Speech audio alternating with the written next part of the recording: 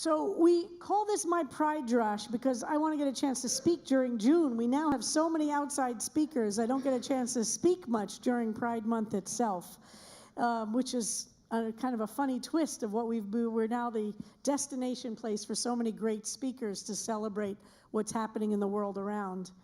So tonight I want to briefly talk about something that I hope to explore more in this year to come.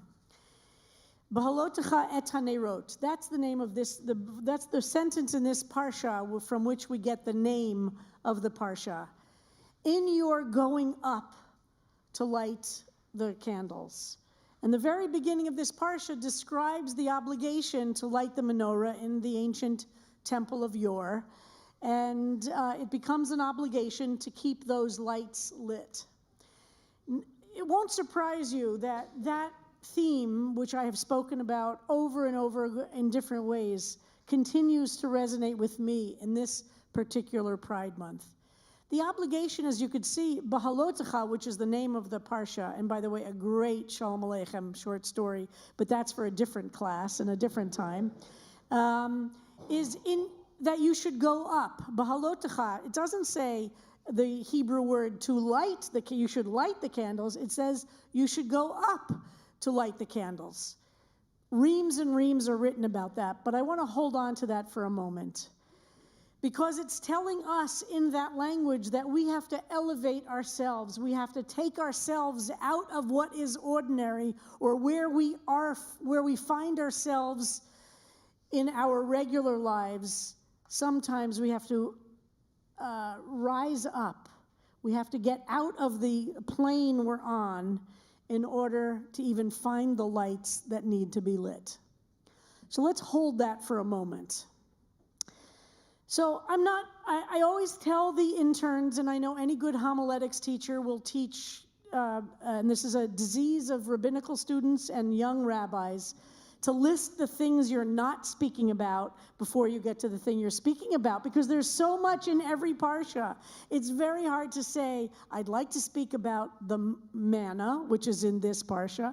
I'd like to speak about the complaining Jews. They've just had these amazing miracles, and they immediately become the kvetchy Jews, that they want to go back to slavery.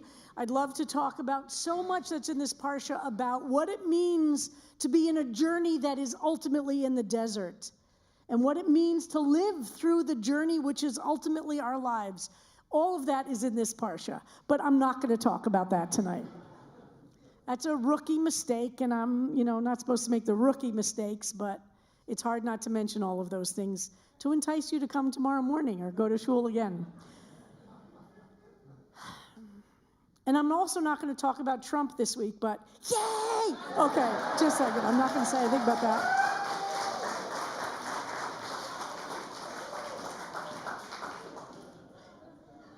Beha'alotecha et hanerot. Go up to light the lights. You should lift yourselves up to light the lights.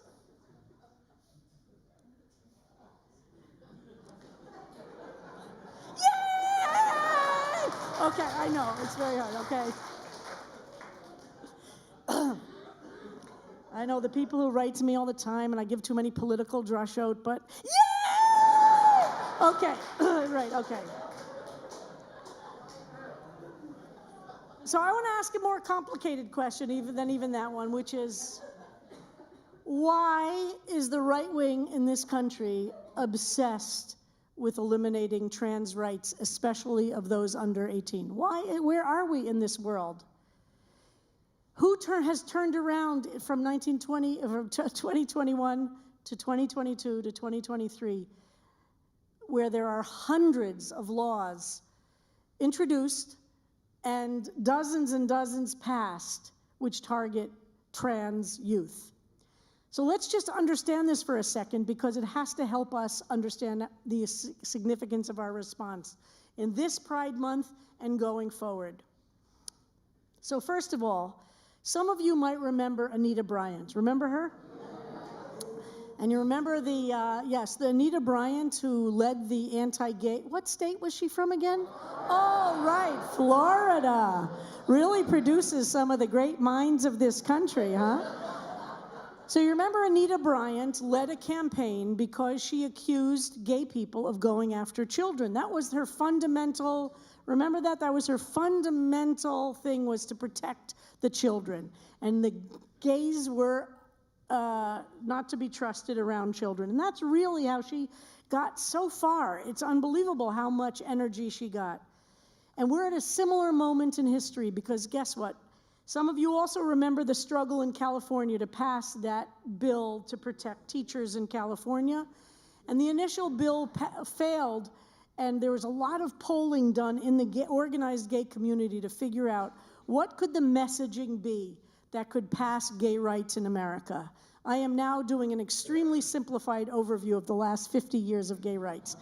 And the studies said, if you put children into the publicity about trying to get gay rights, that's where most Americans are uncomfortable.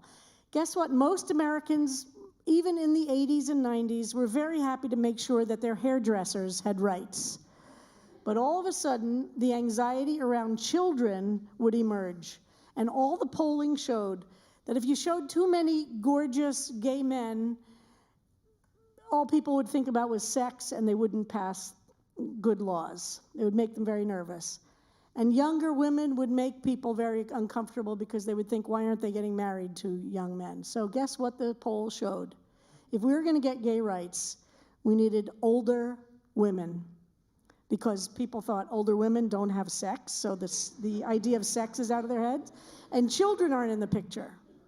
And if some of you, many of you were with me when New York State passed the marriage in 2011, and a month later, June 24th, it was passed. July 24th, it was enacted, and we were down on that Sunday. And guess who the first couples were that were allowed out of the municipal building where all the cameras got the shots? Older lesbian couples.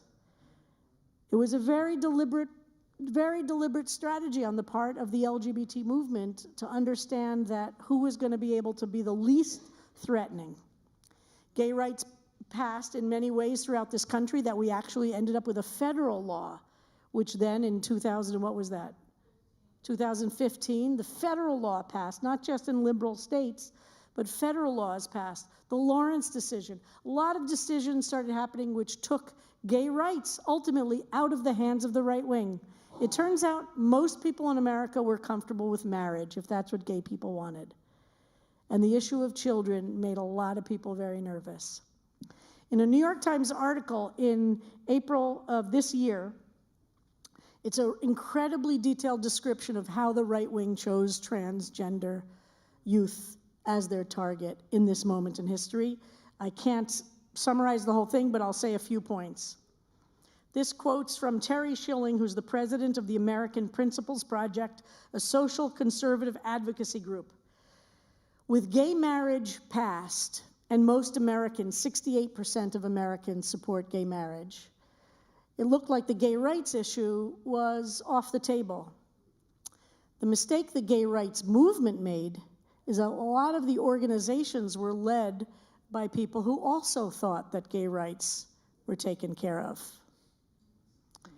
Then she writes, we knew we needed to find an issue that the candidates were comfortable talking about, this Terry Schilling said, and we threw everything at the wall. And that is exactly what they did. They targeted all different kinds of LGBT issues. What has stuck is the issue of transgender identity, particularly among young people. So you'll notice most of the anti-trans laws that are passing targeting under 18-year-olds, because they have done polling to figure out that that's the place that most Americans are uncomfortable with. And they are brilliant at finding the wedge issue to peel off people who are uncomfortable, including many people in the LGBT world itself. So she says, we saw that the effort to restrict transgender rights would supplant same-sex marriage as an animating issue for social conservatives. It has now happened at a pace that has stunned political leaders across the spectrum. It has reinvigorated a network of conservative groups, increased fundraising, and set the agenda in school boards and state legislatures. And for sure have we seen that happen. The question becomes, how do we respond to this in this incredibly complicated moment of these individual laws that are passing at a breathtaking rate? So I think we learn a lot from who we are as a Jewish people and who we are for those of us who are older in the LG category and the LGBT movement. I personally have ambivalence about the word pride. And as a religious leader, I think about pride as with a complicated relationship. Of course, we have in our liturgy, we should not feel shame anymore. And Ayelet Cohen built that piece of our liturgy into the Al Hanisim itself. We should all be at a place where there is no shame or sense of failure because of who we are. But I think the mistake we make is to think identity politics are enough. That we each has to find the place where we are in the pyramid of being a victim and insist on our right to be the most visible at any moment. We have learned throughout history, as Jews who have really been at the bottom of the victim pyramid in any number of times in the thousands of years of history, that our power will come from our sense of who we are in the positive sense, not only, as you've heard me say a million times, because we are bonded together because of anti-Semitism. As Jews, we've understood the power we have to create culture, to write books, to create theater, to create a culture that is deeper and more rooted than the hatred that comes at us. That is a very complicated thing, right? You have to actually not get the strength of a movement because people hate us, but we have to have a strength of a movement because we have something to say.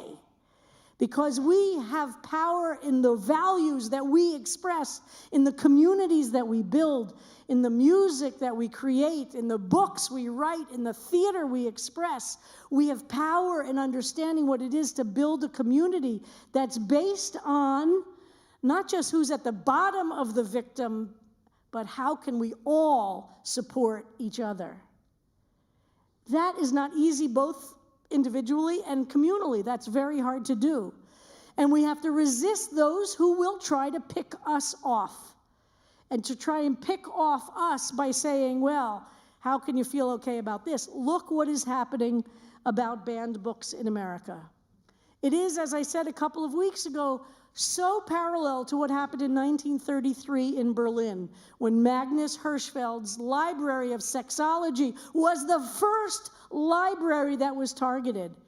And you can believe there were Jews in Berlin who were not so comfortable with Magnus Hirschfeld's Library of Sexology. Because what did it do? He created a community starting in 1919 to 1933. It wasn't just a bunch of books.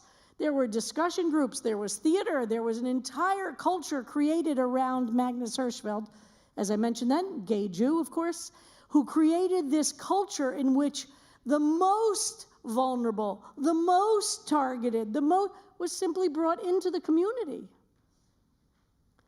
And in 1933, the Nazi youth went into that library first and then burned books in May of 1933, along with Bertolt Brecht, along with all the great thinkers as well. But the place they started was the Museum of Sexology. So it's not that I'm against pride. I feel like we all have to feel good about ourselves. But I think Gilbert Baker showed it the best when he created the rainbow flag. That there have to be values that we embody that are bigger than our own personal well-being. That is an amazing concept, right? And Jews have done that for thousands of years. There was a sense that you had to make sacrifices for your community, that you had to actually see obligations to your community in order to grow a community. It can't be all, and excuse me for saying this because this is America, about our individual rights. Politically, I believe powerfully in the Constitution because it protects individual rights in a way that has never existed before in history, including we as Jews. The Constitution of the United States, with the First Amendment, gives Jews protection that we have never had in history. But the question is, okay, what do? We protect those rights, and then what do we do with the obligations to create something? And it can't always just be, I'm the one who's hurt the most. And that's one of the things I find so powerful about our prayer for our country. How do we always keep in our prayer life, in our lives as human beings, who is a greater risk than I am? Not because that will make me less vulnerable, but I hate using this word because it's so popular. So I have a list of words that I don't like that are very popular. Coalition is one of them. I don't know, it's so sterile, but the idea of how do we create deep connections that run way deeper than just I'm occupying a room with you. And it requires both asserting our rights to be who we are, but it also sometimes requires us to put aside a little bit of who we are in order to listen deeply to somebody else. And I believe that is the moment that we really experience God. And we really experience our power is when we recognize that, wow, in my despair, maybe I could actually hear somebody else's despair, not just focus on my own. In my pain, maybe I could actually listen, discover, unroot, and find in deep ways, what's the pain in somebody else's life? And how can I really stand with them? In that way is one of the reasons I'm so proud of our House of Peace work that Harold Levine and others have led for all these years. Because we didn't start by saying we are the most victimized. We said, okay, we know what it is to be a victim. What is it actually like for you? So we have a lot of anxiety on this journey of our life. And we have a lot of anxiety because the right wing has a lot of power. But they don't have it all. They really do not. They only have the kind of power they have is if we give up hope. If we assume an ephemeral victory that they experience will be there forever. And guess what? If we give up, it will be. The odds are greater that if we give up, it will be. But if we continue to understand that our obligation is the commandment that I mentioned at the beginning of this extremely something Drash, Beha'alotecha, you are required to raise yourself up to light a light. You have to lift yourself, you have to lift yourself up and find a light to light. That's the best we can do, right? Because if you light one light, it might be possible that that light will be in the soul of somebody else who will light the light in the soul of somebody else, whose light will light another light, whose light will light another light. And you might not live to see it, but that light ends up, for the generation that will follow us, change the world from what we see right now. So let us, in this Pride Month, find a way to really open ourselves up to those who are even more vulnerable than we might feel. And we all feel terribly vulnerable. That is not about saying you don't feel it. And how can we see that we have enormous power in the world? We are told the light has to be tamid, always. It's not sometimes. And it doesn't mean it's always going to do exactly what we want it to do. But I believe in this power of hope expressed in the action of lighting lights. And that light is going to look really different for each of us. But in this month of Pride, I pray that we can lift ourselves up and light some lights. Shabbat Shalom.